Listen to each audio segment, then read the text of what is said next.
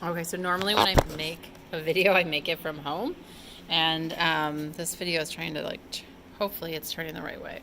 But I'm making it in the classroom, so it's a little bit funky. You're not going to be able to see the whole page. Okay, hopefully that's straight enough. We are making a wall, sort of like Banksy does on some of his graffiti. Eventually we're going to write a quote on here, some kind of inspirational quote.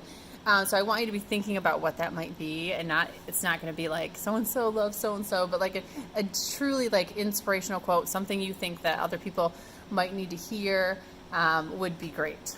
We're going to add the quotes on with marker and stencils. Today we're going to start the wall. And so this is kind of what we've been preparing for. The first step, we're going to draw some random shapes where the brick is going to go show through. You want to kind of start with thinking of like the edges of continents and islands. We don't want it to be a really smooth shape. We want some kind of like, I'm going to try to draw nice and dark so you can see it. I know you can't see my whole paper, but some sort of shape. And in here, my brick would show through and white around the edges. Now, it doesn't have to be one big shape. You could have 2 or 3 smaller shapes. But I'm going to try now. The next step I'm going to do, say that this is the plaster and this is the brick, is I'm going to have some cracks in the plaster. So in certain parts, I'm going to take the lines out and just sort of wiggle it around like, hey, here's a crack that goes up here. Maybe I'm going to put one over here. I can have one down here. Anywhere you think that they might work, it's fine. As many as you feel like kind of fit with it. They can go off the page. However, we're making sure that our page is filled in an interesting way, and so sometimes that will kind of help too. So once you have random shape that looks something like an island or whatever, and you have these cracks, the next step is to use the rulers, and we're going to be, of course, very responsible and kind to my rulers.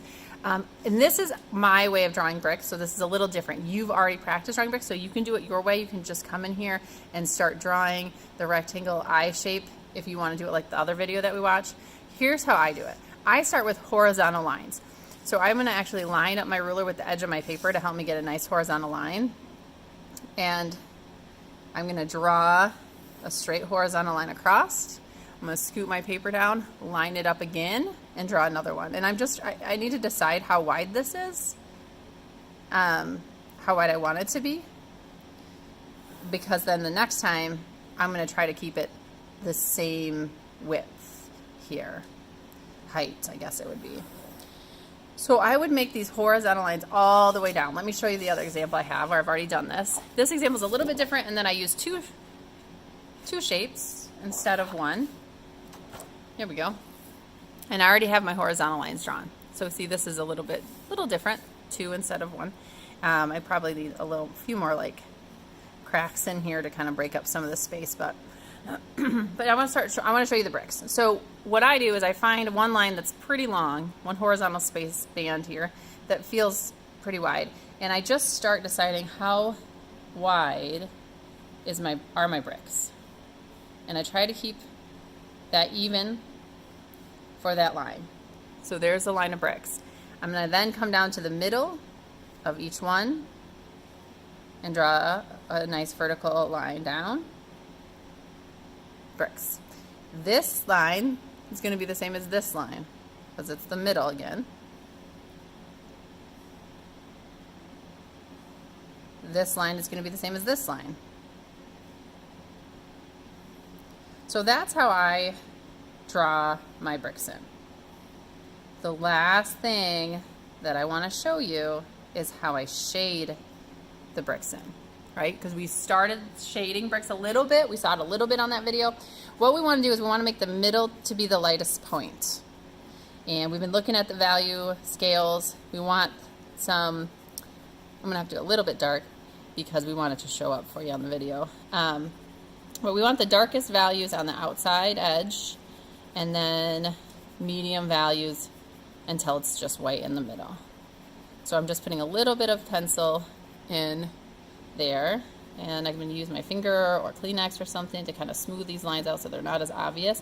It's real easy to get too dark too fast, So you can always come in and kind of erase it out if you need to, and then smooth that edge that I just created. And what I think I've done here is I don't have enough dark. So I'm going to go around this brick. It's also going to help because right now my brick is real square and like perfectly rectangle, and I want it to look a little old and funky, and so if I go around I can kind of mess with that line and not make it so straight and perfect. So there's one brick, and then I would come over to the next one and do the same thing, kind of get those little rounder bricks in here and then begin to shade in from the side. And yeah, this is a patient process. This is not a quick thing. You're not going to be like, boom, I'm done, my bricks are done today. I mean, I don't want you to. I want you to take your time trying to get, and I'm going fast. I realize, I'm going fast because there's a video and you only have so much attention span, but also I'm going fast because I've done this a million times, right? This isn't new for me. But you're going to need to take your time a little bit more to make sure that you can get this the way that you want it to be. So I would shade every single brick. I would just relax into it, enjoy making these bricks. This is just going to be plain white, and if it gets dirty, because it's easy to get pencil on your face and on your hands and all over your paper, we'll just erase it out. We have extra erasers. Make sure you're using a decent pencil. I have all these Ticonderogas you can use. Don't use a cheap pencil that just says number 2 or whatever, don't use those. They're not going to shade very well. They're not going to give you the values that you want, the range of values, because we want to be able to see a range from dark into medium into light as you go through these bricks. And yeah, I would have to shade every brick, so this would take the whole time. And when I put my quote on, and my quote's probably just going to go right over top of this whole thing, and that's okay. That's what we want, like as if it's this wall that's been tagged with whatever inspirational quote I've come to think of.